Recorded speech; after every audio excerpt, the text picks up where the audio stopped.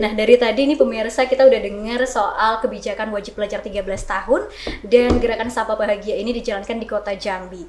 Nah, kalau kita tadi udah dengar dari sisi kebijakan dan program yang dijalankan oleh pemerintah, sekarang kita akan beralih untuk cari tahu, kulik-kulik lebih dalam dari sisi psikologisnya. Sudah hadir bersama kita seorang psikolog anak dari Kudo Psychological and Development Center, Kak Septi, panggilannya benar? Iya, betul. Langsung aja ke pertanyaan ya Kak ya. Kak, boleh tahu nggak sih sebenarnya dari sisi psikologisnya ini gimana sih kita bisa mantau anak usia dini ini? Ternyata ini tuh masa emasnya ya, kalau nggak salah Intan pernah denger ya gitu. Itu gimana dari sisi psikologis itu gimana? Kenapa anak usia dini itu bisa disebut sebagai masa perkembangan emas? Oke. Sebenarnya kalau kita bilang golden age atau waktu keemasan anak untuk bertumbuh, itu sebenarnya dimulai dari dia dalam kandungan. Dari dalam kandungan masih jadi janin sampai yang paling pesat itu di 2 tahun pertama. Jadi kalau sampai 2 tahun ketika lahir itu pesat sekali. Makanya kalau kita lihat anak kita minggu lalu baru bisa ini, kok minggu depannya sudah bisa banyak sekali ya. Karena pesatnya di 2 tahun pertama. Tapi itu tidak terhenti sampai terus di usia 5-6 tahun.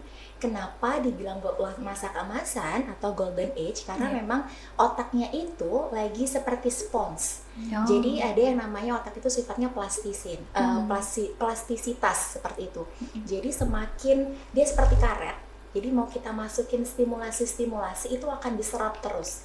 Jadi bayangkan kalau kita berikan banyak stimulasi yang tepat sesuai dengan usianya, makanya dia bisa jadi tumbuh kembangnya dengan sangat baik. Sebaliknya, kalau kita kurang berikan stimulasi, sama seperti karet lah. Kalau dia kan sangat kenyal atau sangat elastis, iya betul. Dimasukin apa aja bisa muat. Ya. Tapi kalau nggak kita isi, jadinya kan kurang berisi gitu istilahnya ya. Nah makanya kenapa ketika di awal masa pertumbuhan 2 tahun sampai 5 dan 6 tahun itu jor-joran banget ya orang tua, dikasih ini semuanya, semua gaya parenting atau kadang suplemen lah atau cara games atau alat tools untuk bermain itu dikasih itu semuanya karena emang terbukti itu penting buat anak. Makanya ketika kita bahas juga tentang pendidikan anak usia dini itu sangat berkorelasi sebenarnya karena dengan kebutuhan tumbuh kembang otaknya ini adalah saat yang penting seperti itu untuk memberikan dia stimulasi-stimulasi yang tepat seperti itu. Oke, dari sisi perkembangan anaknya ini Kak, seberapa penting sih anak usia 4-6 tahun buat nyiapin mereka belajar ke jenjang yang lebih lanjut? Oke. Kalau tadi kita kalau dulu sebelumnya kan sekolah itu tadi kata Ibu Husna juga bilang 9 tahun, 12 tahun dan sampai sekarang 13 tahun. Benar. Artinya kan kita melihat ada urgensinya, betul ya Bu ya. Kalau dulu cuma sampai SMP, sekarang sampai SMA. Kenapa 13-nya tuh nggak sampai lanjutnya ke atas sih? Kenapa justru diturunkan? Artinya melihat bahwa ketika pas SD ini kayaknya ada yang perlu ditambahkan nih. Pondasinya nih yang harus dikuatkan. Nah itulah kenapa adanya program PAUD ini. Nah kemudian kalau dari usia 4-6 tahun tadi kita melihatnya berarti PR-nya adalah banyaknya di SD nih. Kita lihat di SD itu klien-klien atau siswa-siswa saya banyaknya kasusnya adalah kurang fokus. Betul nggak Bu? Kurang fokus kelas 4 SMP itu udah malas sekolah, mogok sekolah, nggak mau sekolah. Kayaknya tuh semua curhatan klien-klien saya itu nggak mau sekolah dia, saya harus gimana? Benar-benar. Padahal fasilitas semuanya lengkap, diantar, bekal siap dan segala macamnya ada. Kenapa malah sekolah ya? Atau kalau yang guru-guru ini keluhannya adalah, kalau di sekolah kabur terus Miss, lari aja nggak bisa duduk tenang begitu, nggak fokus. Diajak ngobrol sama temannya itu nggak fokus. Atau ada lagi nih, di kelas sih bagus Miss, Bu, tapi kalau sama teman suka dorong teman, nggak sabaran, suka rebutan antrian. Itu PR guru SD. Itu kalau ngobrol ketemu saya, udah semuanya pengen dicurhatin gitu. Jadi kenapa akhirnya saya mungkin itu juga urgensi dari pemerintah baik pusat maupun daerah berpikir bahwa oh berarti anak-anak SD ini butuh persiapan nih untuk bisa masuk SD. Ya, jadi dipersiapkanlah dengan pendidikan seperti itu, dengan pendidikan anak usia dini supaya ketika masuk SD dengan format yang sudah lebih formal. Konsepnya kan sudah berbeda. Kalau kata ibu, ketika PAUD kita duduknya melingkar, kadang lesehan, kadang di kursi seperti itu. Kemudian pergantian kegiatannya itu cepat, kadang masih nyanyi-nyanyi. Tapi kalau di sekolah duduknya berbaris sendiri-sendiri, dikasih worksheet, nulis segala macam banyak. Istirahatnya cuma 15-30 menit, setelah itu kerjain itu lagi. Ya, jadi anak itu harus dipersiapkan untuk duduk tenang, untuk duduk bisa merhatiin gurunya itu seperti apa, menunggu giliran itu seperti apa, itu dipersiapkan di PAUD-nya. Jadi seberapa penting sekali. Jadi anaknya itu bisa mempersiapkan diri, beradaptasi, sehingga ketika tuntutan belajarnya lebih besar, dia sudah lebih siap. Oke, keren banget ya ternyata ya dari sisi psikologisnya ini tadi ya. Oke, kalau misalnya Intan mau tanya juga nih, di PAUD sendiri kan Kak banyak stimulasi dini. Nah, itu sebenarnya pengaruhnya ke kemampuan anak itu sebenarnya apa sih, dan kira-kira dampaknya ke SD itu apa gitu? Jangan dampak deh, kayaknya benefit ya. Benefit gitu. Ini harusnya menonton kita adalah ibu-ibu muda di rumah. Karena saya akan menyampaikan Gen Z parents denger ya. Karena gini, ketika kita bilang stimulasi, kadang gini Bu, kalau orang tua yang milenial mikirnya kegiatannya gitu-gitu aja, ya nggak sih? Cuman mengupas jeruk, kemudian menempel. Nggak usah lah, langsung SD aja. Padahal itu penting. Atau ada juga yang bilang kadang mainnya cuma lompat-lompat aja, naik perosotan, turun gitu ya. Padahal itu penting gini. Jadi kalau secara psikologis, kalau kita bilang kemampuan untuk masuk sekolah itu bukan hanya cuma Charleston aja. Kematangan emosional dan interaksi sosial itu sangat penting. Kemandirian, anaknya bisa nggak ke toilet sendiri, bisa nggak BAK sendiri, DAB sendiri, seperti itu. Kemudian kalau misalnya di sekolah ada kita buka bekal, bisa nggak dia fokus sama bekalnya aja, nggak ganggu bekal temannya, misalnya begitu. Atau bisa nggak dia antri catering di sekolah gitu. Nah itu dipersiapkannya dari kegiatan stimulasi di PAUD tadi. Karena ketika misalnya tuh main tadi yang lompat, masukin bola, muter lagi, lompat, masukin bola, itu sebenarnya yang distimulasi adalah batang tubuhnya, keseimbangannya. Ya, ketika batang tubuhnya kuat, keseimbangannya bagus, itu ngebantu dia bisa duduk tenang lama.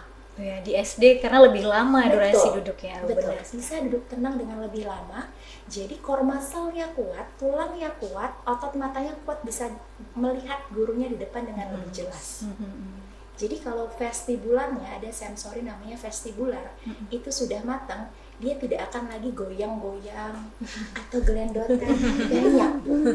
Kenapa ya dia itu bisa sih? Cuman kepalanya tuh di meja, terus goyang-goyang aja gitu. Itu karena sensornya tidak matang. Harusnya dimatangkannya di preschool, di sebelum sekolah, sebelum SD, seperti itu. Nah kemudian juga tadi seberapa penting itu untuk masa di sekolah gitu ya.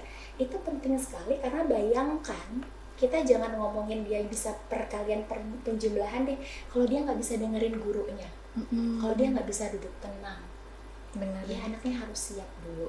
Itu ngebantu. Jadi stimulasi dini yang dianggapnya mungkin sederhana, sepele, dan itu bisa dilakukan di rumah, tapi itu ngebantu dia untuk bisa ikuti aturan. Karena kan kegiatan di PAUD itu misalnya mindahin barang bola dari satu titik ke titik yang lain, lewatin rintangan segala macam, itu kan ada tujuannya. Mindahin A ke B. Tujuannya ada tahapannya. Fokus ya kayaknya. Betul, anak belajar untuk bahwa semua itu ada tahapannya, semua itu ada tujuannya, seperti itu. Karena nanti dia belajar, masuk sekolah itu duduk, taruh tas, duduk, dengarkan guru, nanti sewaktunya makan, setelah itu cuci tangan, pulang, semua ada urutannya. Itu dipelajari dan dipersiapkannya di PAUD. Wah, keren banget. Nah, ini ternyata anak itu memang dituntut untuk belajar dulu soal mengatur diri, mengatur emosi, dan mengatur fokus ya, supaya nantinya bisa mengikuti pelajaran dengan baik ketika naik ke tingkatan selanjutnya. Nah, Kak, kita mau tahu nih, kalau misalnya kita kilas balik ke gerakan Sapa yang dijelaskan oleh Bu Musna tadi, Sapa Bahagia lebih tepatnya, punya langkah sisir, ajak, pantau, advokasi. Kalau dilihat dari kacamata psikologi keluarga sendiri, itu sebenarnya gimana sih cara atau misalnya langkah-langkah untuk bisa bikin orang tua ikut terlibat dengan nyaman, tanpa merasa dipaksa atau tanpa merasa dipermalukan gitu. Oke. Yang pertama adalah informasikan mengenai apa sih urgensinya. Kenapa sih anak kita tuh butuh untuk sekolah di PAUD? Seperti itu. Coba kalau tadi yang ngedengerin saya penjelasan saya, kayaknya cukup jelas kenapa kita penting di PAUD. Supaya Bu nanti ketika sekolah anaknya nggak gelendotan ya aja, supaya nggak sibuk goyang-goyang aja, supaya lebih fokus seperti itu. Nah jadi jelaskan dulu urgensi, kenapa sih pentingnya itu, urgensinya apa, apa yang bisa kita minimalisir kondisi-kondisi anak ketika kesulitan belajar anak ketika sudah belajar lebih awal di PAUD seperti itu.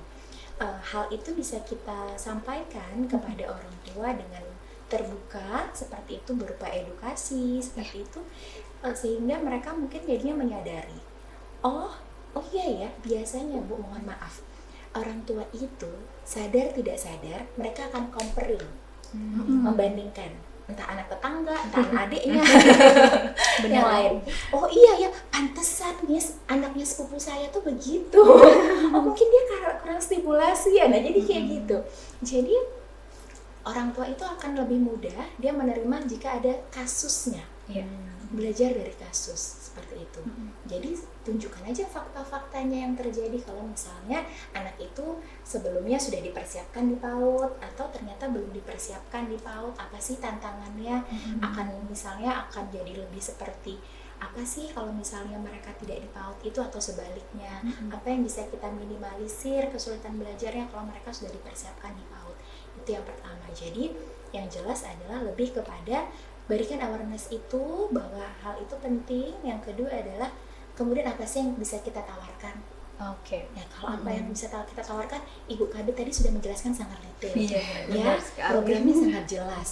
Justru kalau ada yang kesulitan, bantuannya sudah ada. Tinggal bagaimana kitanya lebih bisa proaktif aja mencari bantuan itu, seperti itu ya. Jadi saya rasa poin-poin yang disampaikan Ibu Kabit tadi juga sangat membantu kalau masalahnya adalah masalah ekonomi. Tapi kalau masalahnya adalah masalah belum sadar orang tuanya, tidak aware dan lain sebagainya, ya artinya tugas para guru dan psikolognya lah yang mencerdaskan lagi. Jadi mungkin ada program Bu dengan psikolog sehingga orang-orang itu ini bisa lebih aware juga begitu. Baik Kak, kalau misalnya ada nih anak pertama kali masuk ke PAUD dan ini sebenarnya juga Intan temukan di lapangan ya, kayak sebagai guru PAUD, dia ngerasa cemas atau takut ke sekolah. Kalau dari sisi psikologisnya sendiri, ada nggak sih persiapan-persiapan yang harus dilakukan oleh orang tua supaya anak ini bisa lancar tanpa merasa tanpa merasa cemas? Oke, kadang takut pisah sama orang tuanya, benar, sama orang baru dan lain sebagainya. Jadinya di sekolah nangis aja gitu ya. Nah, itu banyak terjadi. Betul ya, Bu Intan? Iya, benar. Itu banyak terjadi. Guru PAUD Bu Intan. Nah, itu juga banyak terjadi sama klien-klien saya, apalagi pasca COVID. Jadi anak-anak yang besar ketika di COVID, usia ketika 2021 itu dia lahir, 2020 dia lahir, tumbuh kembangnya itu kan di rumah aja. Itu pas harusnya dia bermain keluar kurang, jadi muncul banyak kecemasan. Nah, kecemasan itu munculnya bukan hanya tiba-tiba. Biasanya kalau orang tuanya sudah cemas lagi hamil, anaknya juga mungkin akan merasa banyak cemas ya, seperti itu ya. Nah, cuman bagaimana kita mempersiapkan anak-anak ini itu adalah kolaborasi. Berarti nanti PAUD-nya boleh seminggu atau 2 minggu atau ketika ibunya mendaftarkan anaknya untuk di PAUD, langsung dikasih tahu, Bunda, anaknya silahkan di briefing bahwa dia akan sekolah, akan bermain dengan teman-temannya di sekolah, ya. Jadi nanti selama persiapan mau masuk hari pertama masuk PAUD, mamanya tuh seminggu 2 minggu sebelum sudah bilang, adek besok sekolah ya sama teman-teman. Nanti ada gurunya, ada missnya di sekolah, mungkin ada 1 atau 2 gurunya. Nanti teman-temannya rame loh. Nanti main ya sama teman-temannya ya. Ikutin apa kata ibu gurunya. Jadi harus di briefing. Iya. Jadi persiapan itu nggak bisa kalau dari PAUD-nya aja, harus Iya. dari orang tuanya juga. Betul. Itu yang pertama. Yang kedua untuk guru-gurunya nih. Oke. Jadi guru anak-anak itu ada juga yang cemasnya hanya sebentar. Artinya dia cuman memantau dulu nih gimana nih asing. Iya, lingkungan baru ya. Adaptasi ya kayak ya. Adaptasi. Terus akhirnya mau gitu. Ada dari awal dia emang udah Langsung, happy aja, benar kenal sekali. karakternya beda-beda. Social butterfly. Kemudian ada yang memang mungkin dia masih belum matang secara sensorinya. Oke. Refleksnya mungkin ada yang belum matang, sehingga cenderung dalam tanda kutip lebih sulit untuk berpisah dari orang tua dan lebih sulit untuk ketemu dari orang baru. Dan mungkin lebih overwhelmed, istilahnya lebih mudah ngerasa nggak nyaman ketika ketemu orang baru. Yang kalau kata orang awam mungkin ngomongnya tantrum seperti Iya. itu, udah nangis-nangis segala macam. Mungkin dia overwhelmed karena secara sensori itu berlebih buat dia. Jadi caranya adalah kita lihat dulu. Sebagai seorang guru, biarkan anaknya datang mendekat, kita stay aja misalnya di depan kelas seperti itu ya. Biar dia diantar dulu sama mamahnya. Terus dia lihat-lihat segala macam, biar dia yang mendekat. Setelah itu baru kita sapa halo. Pelan aja. Jadi hindari perilaku menyapa atau mendekati anak yang berlebihan. Jadi dia tuh, halo sayang masuk, takut anaknya. Karena kan kita bayangannya adalah ketika kita menyapa anak dengan bahagia, anak ikut bahagia, tapi ternyata itu Ternyata ada yang tidak ya. ternyata Iya. tidak. Betul. Ada anak yang tadi kalau kata Bunda adalah yang emang social butterfly. Kalau kita happy, dia akan Ikutan happy, Tapi benar. ada yang ternyata nggak siap.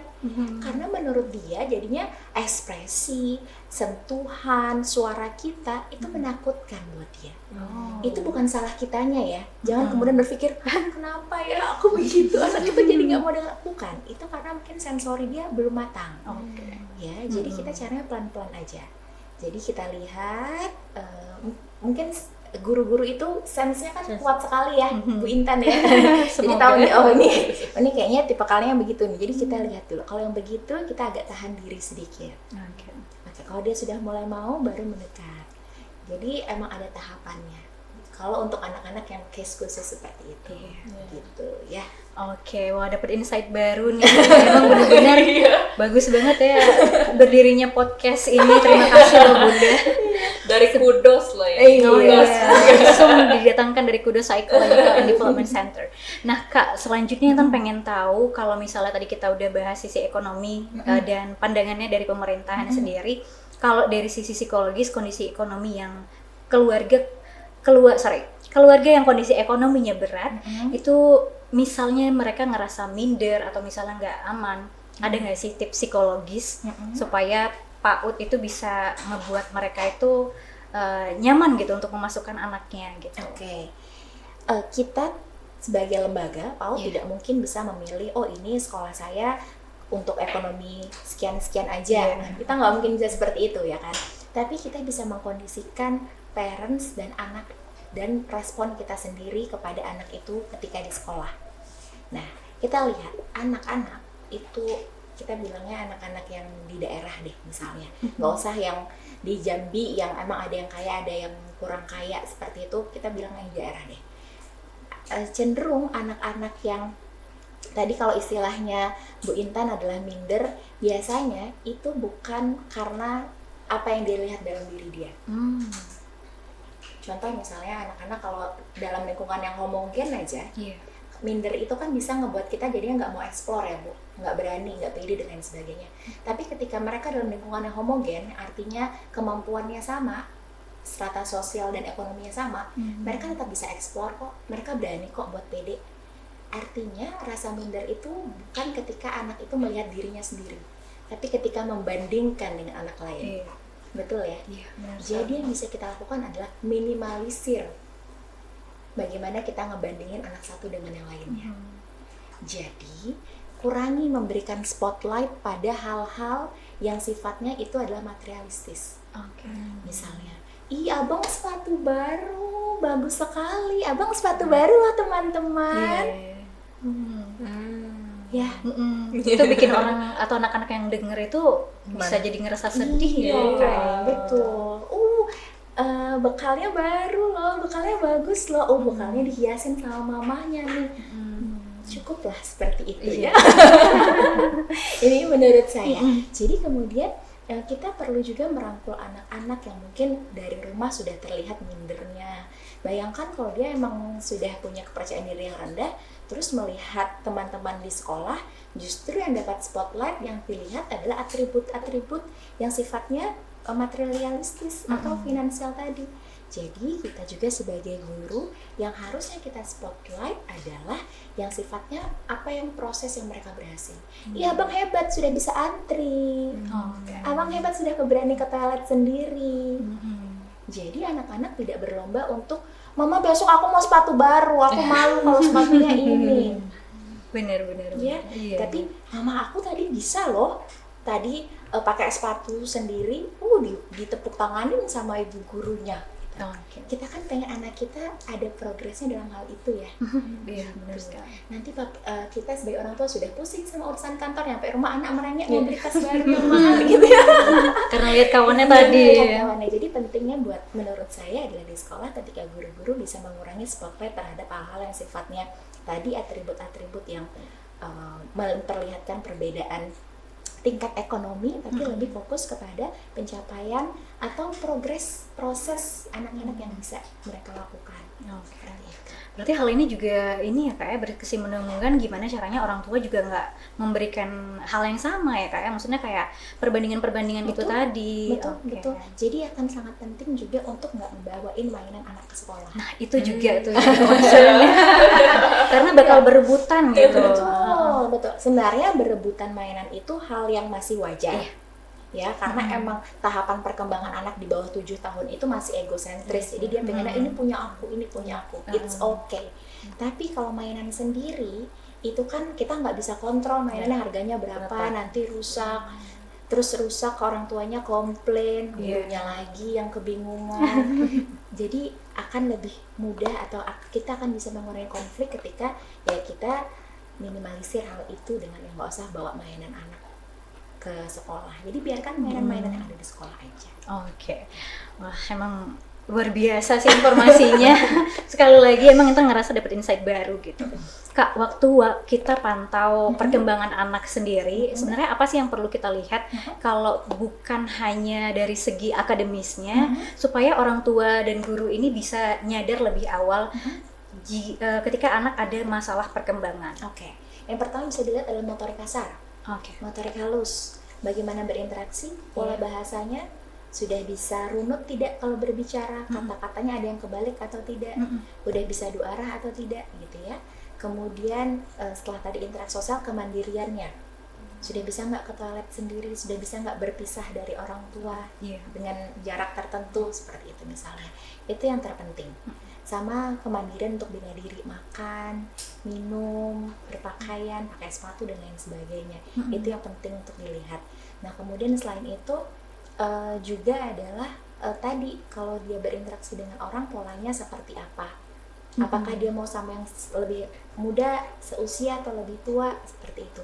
Itu bisa dilihat seperti itu. Oke. Selanjutnya kita beralih ke gerakan Sapa Bahagia nih, menyinggung gerakan Sapa Bahagia itu tadi. Tadi gerakan Sapa Bahagia sendiri ngomongin soal transisi PAUD ke SD yang menyenangkan nih Kak.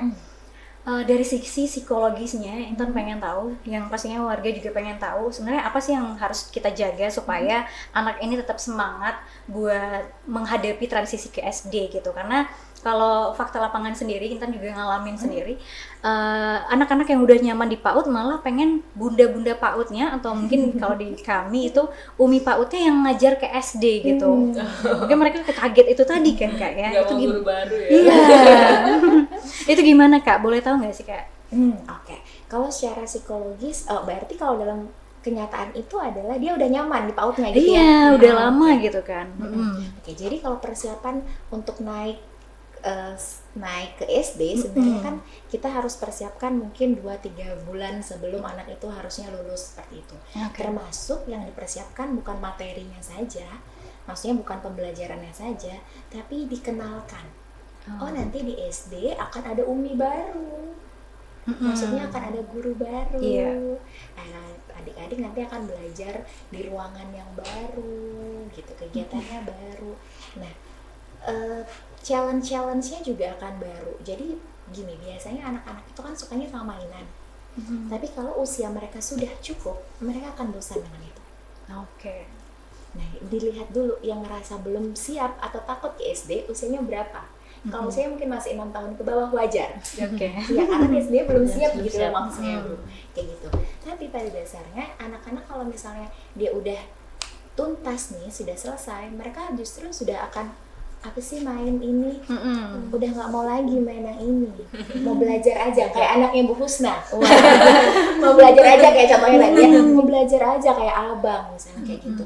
Itu menunjukkan adalah kematangannya mungkin udah siap. Jadi kita lihat juga usianya. Jadi ketika kita melihat anaknya kok kayaknya belum siap ke SD, itu mungkin bukan hanya persiapan dari kita yang kurang, tapi emang kematangan dia yang belum. Gitu ya. Nah, selain itu ya dipersiapkan tadi di briefing bahwa kelasnya akan berpindah, sekolahnya akan pisah, akan berganti dengan umi yang lain, Iya. akan tuntutannya sudah beda gitu. Jadi kita tetap harus sampaikan faktanya Iya. supaya pas SD nggak kaget. Iya, benar-benar. ya. Kalau Kak, ada anak yang punya kebutuhan khusus, sebenarnya apa sih yang perlu kita perhatikan supaya gerakan Sapa Bahagia ini tetap ramah dan sesuai dengan kebutuhan mereka? Oke, kita lihat dulu tingkat keparahannya. Jadi kalau anak ABK itu kita bisa melihatnya mulai dari perilakunya ataupun dari tingkat IQ-nya, seperti itu. Kalau memang mereka sudah pernah ke psikolog, sudah tahu tarafnya itu di level yang mana, kita bisa tanyakan anaknya terapi atau tidak, jenis ABK-nya yang seperti apa. Kalau dirasa memang anaknya masih butuh terapi, menurut saya lebih baik terapi dulu dibandingkan harus langsung dipaksakan ke sekolah. Seperti itu. Iya. Nah, kecuali anak-anak yang levelnya itu sudah levelnya itu mild, artinya yang ringan gitu. Kalau yang ringan betul seperti kata Ibu Husna, ada inklusi. Ada program inklusi yang mana anak itu bisa bergabung dengan teman-teman yang normal, yang tidak ada hambatan tapi butuh didampingi. Nah, itu silahkan masuknya ke PAUD-PAUD yang tadi sudah disebutkan oleh Ibu Husna. Jadi, kenapa harus di PAUD-PAUD tersebut? Supaya anaknya bisa berkembang sesuai dengan sebaiknya, hal yang baik, yang tepat. Karena guru-gurunya berarti sudah siap, Iya. programnya sudah ada, harapannya betul seperti itu. Dan orang tua dan orang-orang tua yang lainnya juga sudah tahu bahwa itu sekolah inklusi. Gitu. Jadi dilihat dulu Fasilitas, tambah fasilitas. dan fasilitasnya sudah ada. Seperti itu. Jadi, mohon maaf, ini case yang sangat banyak saya temui. Orang tua kadang masih cenderung pengen nyekolahin anak meskipun ABK di sekolah yang dia mau. Oke. Karena malu sama yang lain. Karena pengen dapat fasilitasnya bagus dan lain sebagainya. Padahal mungkin sekolah itu belum siap karena belum inklusi ya Bu ya.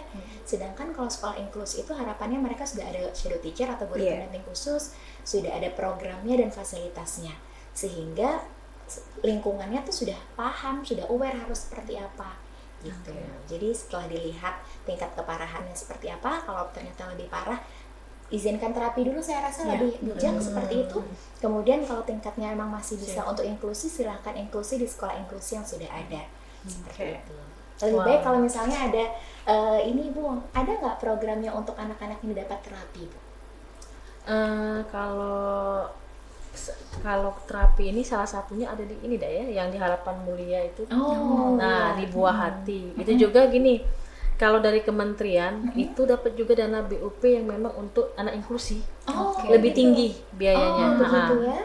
Satu orangnya kalau tidak salah tuh 2,5 juta atau 3 juta gitu. Nah, memang lumayan ya kan, kalau yang BUP biasa tuh 600.000 per tahunnya. Jadi begitu. memang benar-benar diperkhususkan untuk anak-anak yang ABK tadi. Oh, oke. Nah itu biasanya yang dapat tuh di TK Harapan Mulia sama TK Buah Hati. Memang benar-benar terapi sih situ. Nah, Iya. Berarti memang sudah ada ya Bu, ada ya, fasilitasnya. fasilitasnya dari Alhamdulillah. situ. Keren. Iya. Kak, ini kita pendidikan Jadi sebenarnya pemerintah tuh, baik pemerintah pusat, Oke. pemerintah daerah, kemudian mungkin dengan program Bunda PAUD ya, Bunda PAUD Kota Jambi, mungkin ada program Bunda PAUD kecamatan, ini kelurahan ya, nah, luar biasa ya. Nah, Iya. itu semua sebenarnya memberikan informasi, memberikan bantuan yang memang bagaimana anak-anak kita yang memang belum PAUD di usia 5 sampai 6 tahun yang untuk ke SD ini ya.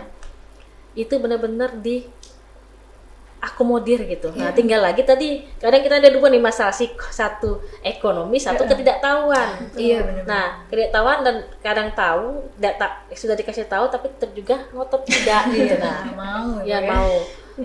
Kemarin pada saat saya di Kecamatan Kota Baru nih ya, Kota Baru ada sekitar 4 orang tua nih anaknya usia 5 sampai 6 tahun. Nah, 2 yang sadar mau disekolahkan di pembina kemarin. Nah, 2 lagi, Ibu tahun depan saja. Nah, saya nggak tahu. Yang penting kita udah memberikan advokasi, sosialisasi kalau memang PAUD itu penting. Penting tadi benar kemandirian, kematangan emosi, bahasa, komunikasi. Nah, jadi kesiapan anak ke SD yang anak tidak PAUD dengan anak yang PAUD beda. Anak yang kesiapan ke anak yang PAUD duluan itu 99% tuh sudah siap, dia akan bisa mengikutin kegiatan di sekolah. Makanya ada MPLS tadi ya, sekitar 3 minggu itu memang kegiatan memperkenalkan lingkungan sekolah. Karena transisi kita saja bekerja saja perlu adaptasi. Apalagi anak berpindah nih, anak yang memang biasanya bermain sambil belajar. Sebenarnya kebalik ya, kalau di PAUD itu bermain sambil belajar. Banyak belajar ya sebenarnya dibanding ininya ya. Nah, karena kemandirian kalau misalnya ditinggal oleh orang tua sekolah ya, tidak bermasalah.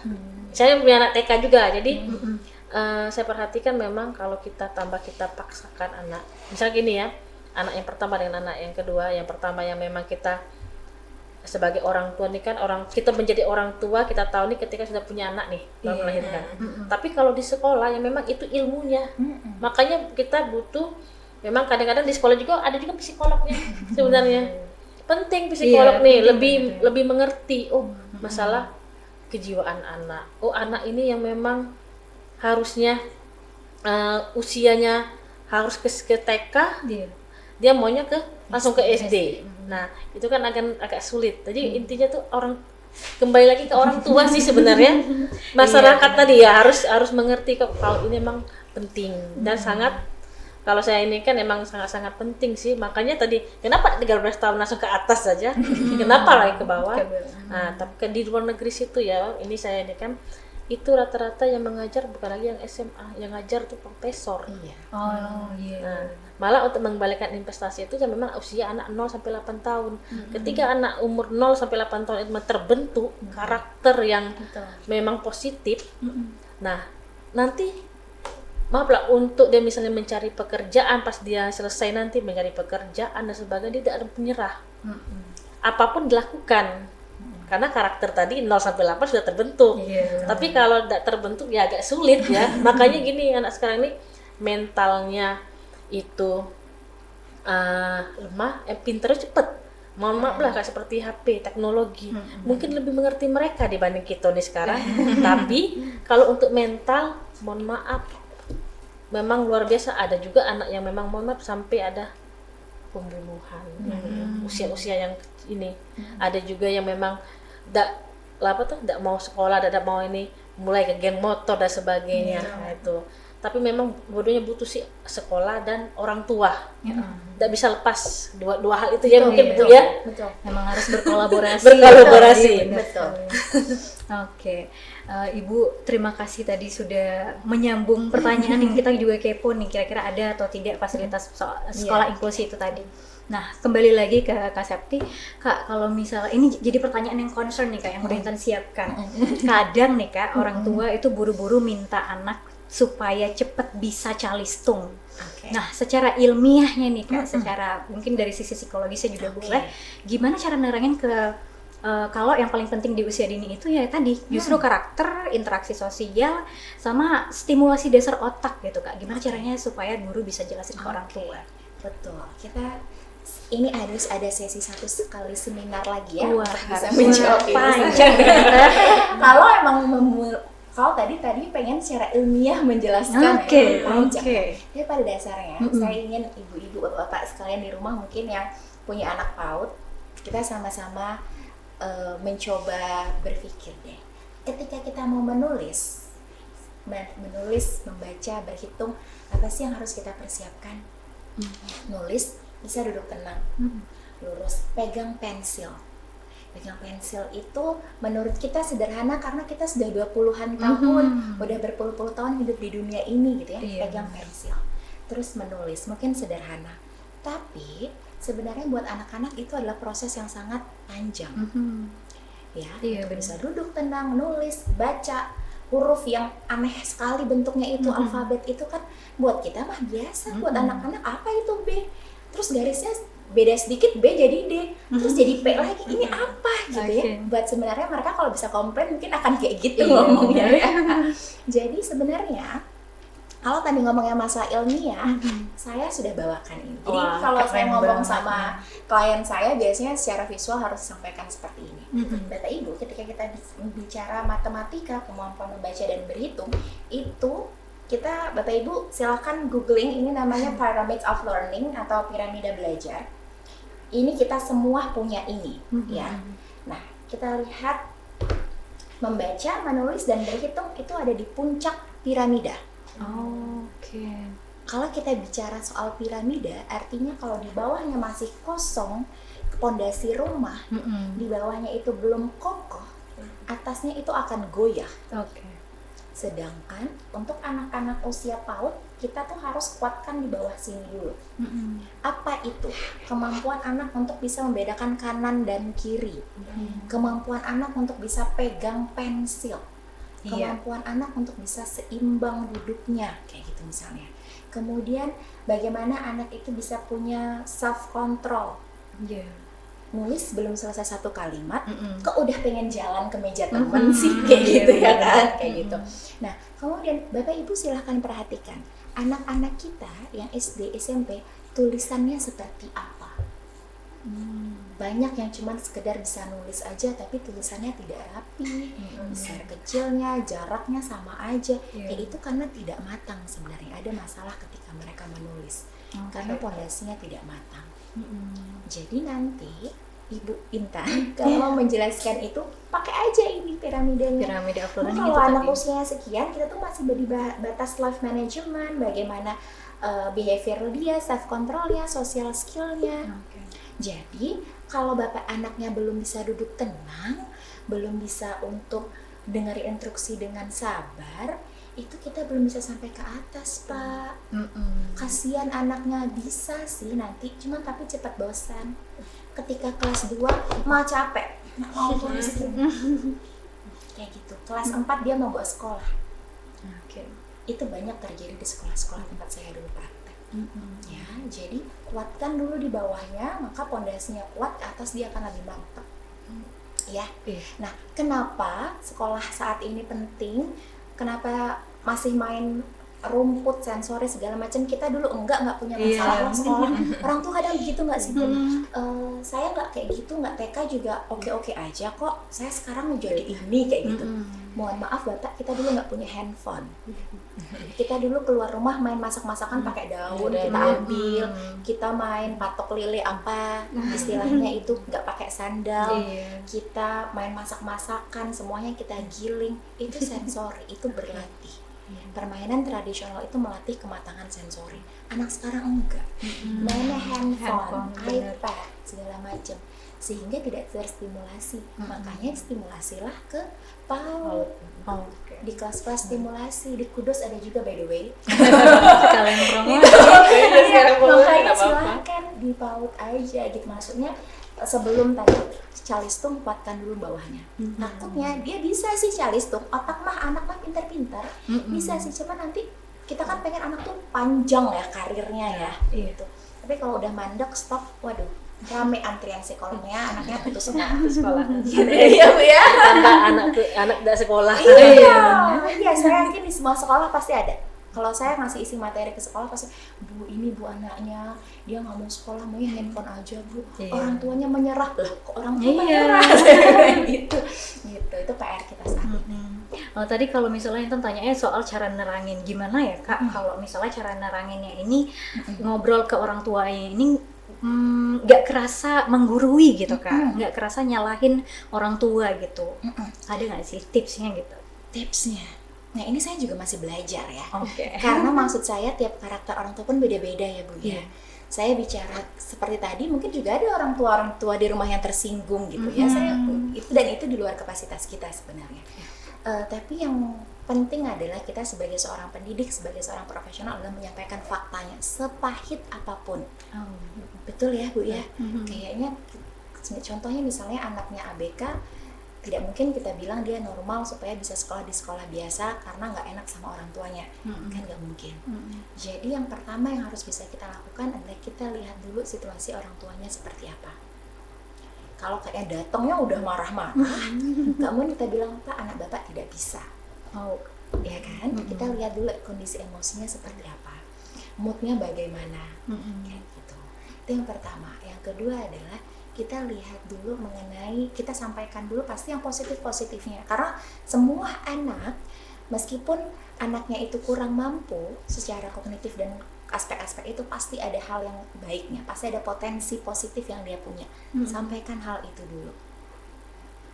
Ya, karena sekecil apapun kemampuan anak itu perlu untuk diapresiasi. Itu. Kemudian baru kita bilang, Bapak, Ibu, kita masih punya tantangan nih. Selama ini kita coba untuk melatih misalnya ya kemampuan dia untuk bisa duduk tenang di kelas, masih belum bisa nih Pak. Dia tuh masih punya tantangan untuk bisa duduk tenang. Itu terutama kalau misalnya ngelihat temannya punya mainan baru atau dengar suara yang keras dari luar, dia akan langsung lihat keluar. Nah kita punya tantangan di situ nih Pak. Nah itu di rumah apakah juga muncul seperti itu atau bagaimana gitu. Jadi kita tanyakan dulu kondisinya.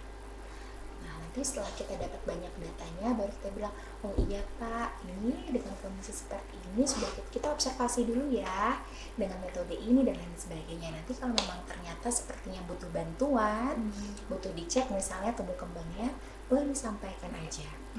Nah ini kami sebenarnya masih kebingungan nih Pak mendampingi si Ade. Kira-kira mungkin boleh Bapak cek dulu tumbuh kembangnya seperti apa, barangkali nanti ada masukan dari gurunya, dari psikolognya ke kami. Gitu. Jadi tetap menunjukkan bahwa sekolah yang pengen belajar juga. Seperti itu. Karena nanti ketika ketemu psikolog pasti ada saran juga untuk orang tuanya kayak gitu. Cuma kan kita perlu memediasi supaya orang tuanya mau ke psikolog misalnya seperti itu. Jadi seperti itu. Yang penting lihat dulu kondisi emosional orang tuanya, moodnya seperti apa. Kedua, sampaikan hal-hal yang positif mengenai anaknya karena pasti ada dan itu perlu diapresiasi. Dan apresiasi juga usaha-usaha yang sudah dilakukan orang tuanya. Karena meskipun mungkin anaknya terlihat belum bisa, tapi pasti orang tuanya sudah mengusahakan banyak hal juga di rumah. Kemudian baru tantangan yang dihadapi apa, dan kira-kira apa yang bisa dilakukan untuk bisa membantu kondisi anak itu. Gitu. Dan sampaikan bahwa sekolah sangat terbuka dengan saran-saran dari profesionalnya gitu.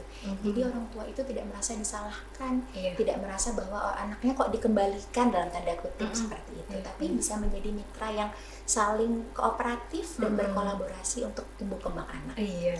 Ujung-ujungnya sebenarnya ke anak lagi ya Bu ya, demi kebaikan anak gitu. Betul. Oke.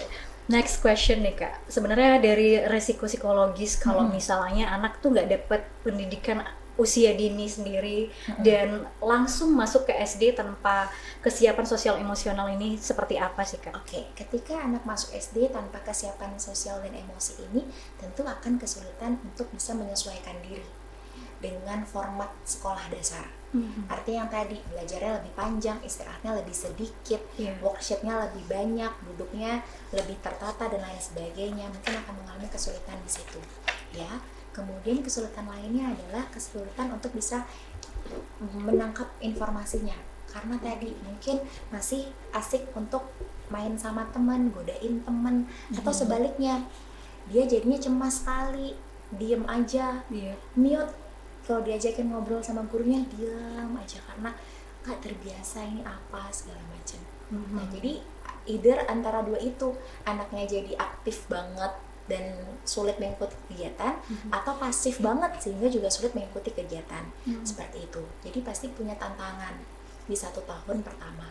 Kalaupun ternyata tidak ada tantangan di 1 tahun pertama, kemungkinan justru di tahun-tahun berikutnya, karena tadi dia kesulitan untuk bisa mengontrol self-regulasinya, mengontrol regulasi dirinya. Seperti itu. Kalau dulu di PAUD mereka kan sudah disiapkan untuk bangun pagi, belajar, meskipun cuma 1-2 jam di sekolah sekolahnya juga cuma 2-3 kali seminggu misalnya kayak gitu. Tapi kan mereka membentuk kebiasaan. Oh, tahu kalau masuk kelas taruh sepatunya di mana, taruh tasnya di mana, duduk. Begitu sebaliknya ketika pulang. Nah, belajar pun juga ada di rumah kan kadang. Jadi belajar apa sih di sekolah? Sama missnya kayak sama uminya, meskipun cuma nyobekin kertas segala macam kan bisa diulang lagi di rumah. Membentuk self-regulated learning atau regulasi belajar itu juga penting sejak dini. Jadi anak-anak ketika pas besar punya PR, mereka tahu pulang sekolah kerjain PR, nggak ngerti tanya sama orang tua. Bukan ada PR dia nggak aware, ada PR dia sampai sekolah, aku ada PR, aku lupa segala macam. Atau ada PR ingatnya besok paginya terus nangis-nangis seperti itu. Atau bahkan dia nggak aware sama sekali dan kerjain aja, maaf malas karena nggak terbiasa. Jadi itu sih, jadi harus dipersiapkannya. Kemungkinan terburuknya ya itu, dia tidak siap karena regulasi belajar dan kemandirian, kematangan emosinya kurang. Jadi ya mungkin ke teman bisa saja karena belum tahu berteman, senggol teman, ini segala macam, nggak tahu minta maaf, banyak hal yang bisa terjadi. Ketika ketidakmatangan emosi dan sosial itu masih jadi PR. Berarti memang perlu peran guru dan orang tua yang saling berkolaborasi itu Kak. Kalau misalnya kita ngomongin peran orang tua di rumah nih Kak, sebenarnya topik ini atau pertanyaan ini bakal jadi kelas yang panjang juga ya. Karena kita mau nanya soal pola asuh yang paling mendukung untuk keberhasilan program Gerakan Sapa Bahagia. Kira-kira ada nggak sih Kak? Singkat saja. Yang pasti adalah pola asuh yang bisa mengakomodir tumbuh kembang anak, yang bisa memberikan anak kesempatan untuk bisa mengeksplorasi dirinya. Itu ya. Jadi kalau misalnya di luar sana banyak podcast parenting yang bilang gentle parenting, positive parenting, apapun itu, selama itu bisa memberikan kesempatan anak untuk bisa eksplorasi dan memberikan stimulasi yang sesuai dengan usianya, itu adalah pola asuh yang bagus. Seperti itu. Memang benar-benar ya. Penting banget ya kolaborasi antara orang tua. Kak, pertanyaan terakhir Kak. Dari sisi kacamata psikologis Kak, kita sedikit menyinggung Gerakan Sapa Bahagia tadi. Kalau misalnya program ini berjalan terus, kira-kira dampak besar ke depan buat mental anak Kota Jambi itu bakal seperti apa sih Kak? Artinya program ini berlanjut, yang ikut PAUD-nya jadi semakin banyak. Ketika PAUD-nya itu sukses, artinya kan kematangan emosi dan sosialnya juga meningkat. Artinya anaknya jadi jauh lebih siap untuk menghadapi tuntutan dan tugas pembelajaran di usia-usia berikutnya, di usia SD. Artinya ketika mereka sudah siap, apapun tantangannya, apapun tuntutannya akan jauh lebih siap. Jadi pada dasarnya kita saat ini ketika kita masukkan anak kita ke PAUD dengan tujuan yang tadi, maka tujuannya adalah untuk mempersiapkan mereka menghadapi dunia yang jauh lebih luas dari sekedar rumah atau komplek rumah kita. Karena luas sekali loh dunia ini. Perlu dieksplor lagi intinya. Oke, baik Kak, segitu jawabannya. Wah, benar-benar daging ya obrolan kita hari ini. Tapi nggak terasa ya pemirsa, hari ini kita udah ngobrol lumayan panjang dan penuh ilmu banget, informasi baru dan insight baru pastinya. Tadi kita juga udah dengerin cerita awal tentang podcast publik ini terbentuk dari Bunda PAUD Kelurahan Kasangjaya. Terus juga kita udah denger penjelasan tentang Gerakan Sapa Bahagia dari Dinas Pendidikan Kota Jambi dari Ibu Husna. mulai dari sisir, ajak, pantau, sampai advokasi tadi udah dijelaskan, yang ternyata bukan cuma program nih pemirsa, tapi gerakan buat pastiin kalau semua anak-anak terutama di Kota Jambi itu mendapatkan layanan PAUD dan siap belajar 13 tahun. Dan gak ketinggalan juga tadi kita dapet insight keren banget, Intan bisa bilang itu dari psikolog anak tentang pentingnya stimulasi diri dari Kak Septi. Terima kasih Kakak. Dan cara bikin anak nyaman di PAUD dan gimana caranya orang tua, guru bisa berkolaborasi bersama sampai akhirnya bisa memberikan informasi-informasi tersebut ke pemerintah, ke jenjang yang lebih tinggi gitu. Dan pastinya untuk menyiapkan generasi yang sehat, tangguh, dan bahagia nih Bunda. Oke. Intinya teman-teman warga Kelurahan Kasangjaya, sedikit berbahasa Jambi, pendidikan ini bukan cuma urusan kita bae, pemerintah bae, sekolah bae, tapi juga kita sebagai guru, orang tua, pokoknya semuanya berkolaborasi termasuk Bunda PAUD Kelurahan tadi, buat sama-sama kayak mana caranya kita nih mantau perkembangan anak nih bagus gitu, supaya anak nih bisa masuk ke jenjang selanjutnya lebih bahagia, lebih senang lah, lebih bisa beradaptasi gitu kan. Oke. Jadi yuk mari sama-sama kita dukung program nih, mulai dari rumah kita masing-masing, terus juga gimana cara kita ngadepin anak dengan sabar, penuh cinta, kasih, dan kasih ruang buat mereka buat tumbuh sesuai dengan potensinya. Terima kasih banyak sekali lagi buat narasumber Bunda PAUD Kelurahan Kasangjaya, terus juga Kak Septi dan juga Gusna. Terima kasih karena sudah memberikan kita ilmu yang luar biasa ini. Sepertinya sampai ketemu lagi ya di podcast selanjutnya, hopefully ya, benar ya. Ditunggu Ibu gerakan baru lainnya gitu. Dan sampai ketemu lagi dengan topik-topik yang pastinya insya Allah seru dan berguna buat kita semua. Saya Rintal Asadika pamit undur diri. Wassalamualaikum warahmatullahi wabarakatuh. Waalaikumsalam.